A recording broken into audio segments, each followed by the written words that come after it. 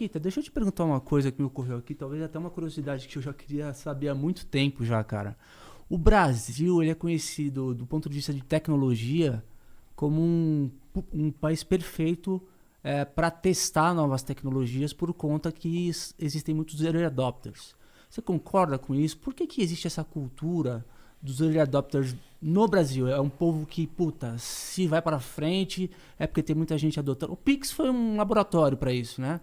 É engraçado, assim, eu nunca parei para refletir muito sobre isso, mas de fato a gente adota muito fácil tecnologias.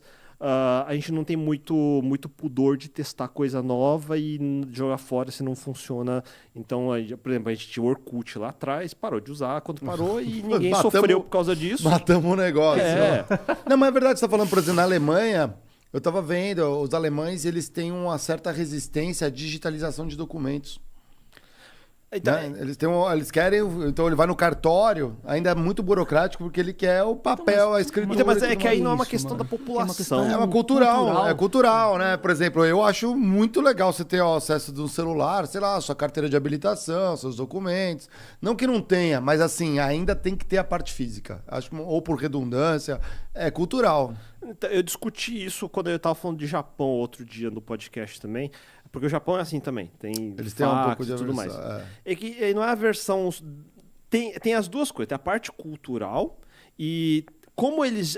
Na verdade, foi o contrário. Como eles foram early adopter dessa tecnologia lá atrás, e foi um grande sucesso que todo mundo adotou, quando surge uma tecnologia nova agora, para você mudar todo mundo de novo é mais difícil, especialmente quando se trata de dispositivo de hardware. Então você implantou isso em todos os lugares, em todos os departamentos do governo. Então, além de você ter que trocar nos departamentos do governo, tem que trocar em todas as empresas, máquina de fax, por exemplo, e convencer a população de que isso é um gasto bom, mas é um gasto. Mas aí no final você trocou. Mudou a sua vida? Não mudou tanto assim. Ficou mais conveniente, mas me custou dinheiro. E japonês não gosta de gastar dinheiro à toa. Alemão não gosta de gastar dinheiro à toa. Então, lá no Japão é um exemplo que, por exemplo, o juro está negativo. Você pode pegar empréstimo que quiser. Ninguém pega, ninguém gasta. Não faz parte da cultura ser esbanjadora à toa. Especialmente num país que passou por tantas crises, tantos problemas, Fukushima, tsunami, terremoto. Tipo, todo mundo lá é frugal de não gastar à toa. Não é normal. Então é o contrário. Já que aqui no Brasil a gente não adotou essas tecnologias, porque é caro. E a gente é continental o país. Então, para você adotar, por exemplo, imagina se o governo decretasse todo mundo ia ter que ter fax. Ia falir metade das empresas, porque para comprar a porcaria do fax ia falir a empresa do avô e da avó que está na esquina ali. Não tem como.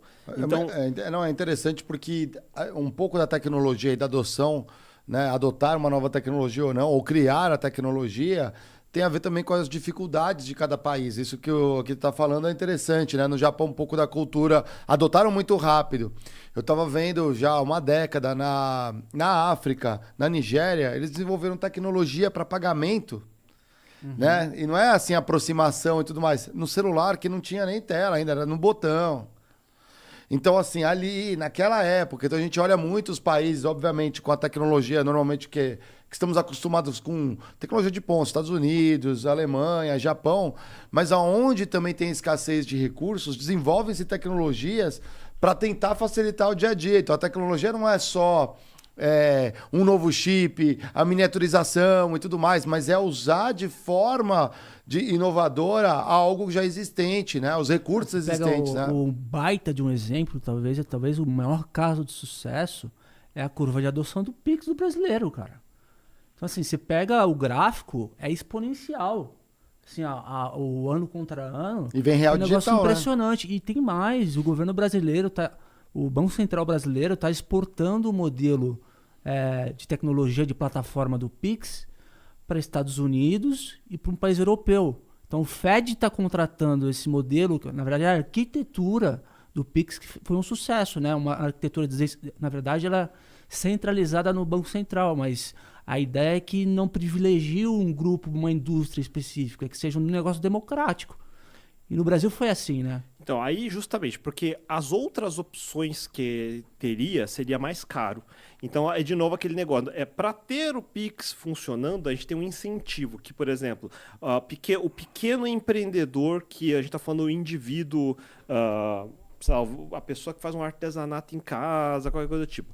Para ele ser pago via cartão de crédito, ele precisa de uma maquininha. A maquininha custa dinheiro, mesmo sendo alugado, tem a taxa, etc, etc. Hoje, quando você implementa um negócio com o Pix para um celular que ele já tem, então existe um incentivo de adoção e uma redução de custo e conveniência, porque além disso tem capilaridade. É aquilo que eu estava falando sobre ser continental. O Brasil, por ser continental, a gente acha que tem uma adoção grande de coisas, mas na verdade tem uma adoção grande de coisas rápido nas grandes capitais. A gente está falando de São Paulo, Rio de Janeiro, um Curitiba da vida. Agora, se você vai para o interior de Minas Gerais, para o interior da Bahia, para o interior de Goiás, etc, etc, tem gente usando coisas ainda, você não imagina, de lá de trás, internet de rádio de megabyte por segundo, tipo, ainda tem muita coisa que não evoluiu. Tem gente usando computador de 15 anos atrás e é a novidade, e é assim mesmo.